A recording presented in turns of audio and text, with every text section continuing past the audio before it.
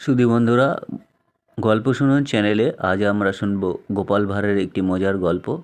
গল্প শুনে ভালো লাগলে সঙ্গে থেকে অবশ্যই সাবস্ক্রাইব করবেন চ্যানেলটিকে। বিদ্যাসুন্দর কাব্যের রচয়িতা কবি ভরতচন্দ্র রাজা কৃষ্ণচন্দ্রের সভাকবি ছিলেন।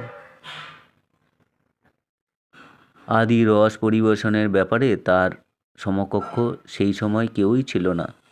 কবি রাজাকে বিদ্যাসুন্দর পড়ে শোনাচ্ছিলেন। গোপাল রাজসভায় ঢুকে কবিকে কাব্যের পাণ্ডুলিপিটা কাত করে ধরে পড়তে দেখে চেঁচিয়ে বলে উঠল, এ কী করছেন কবি? আপনার কাব্যে যে রসে টইটুম্বুর। কাত করবেন না দাদা, রস গড়িয়ে পড়বে, সোজা করে ধরুন। গোপালের কথা শুনে রাজসভায় সকলেই হো হো করে হেসে উঠল। কৃষ্ণচন্দ্র এরূপ সুন্দর কথা শুনে সঙ্গে সঙ্গে গোপালকে মনের মতো পুরস্কৃত করলেন।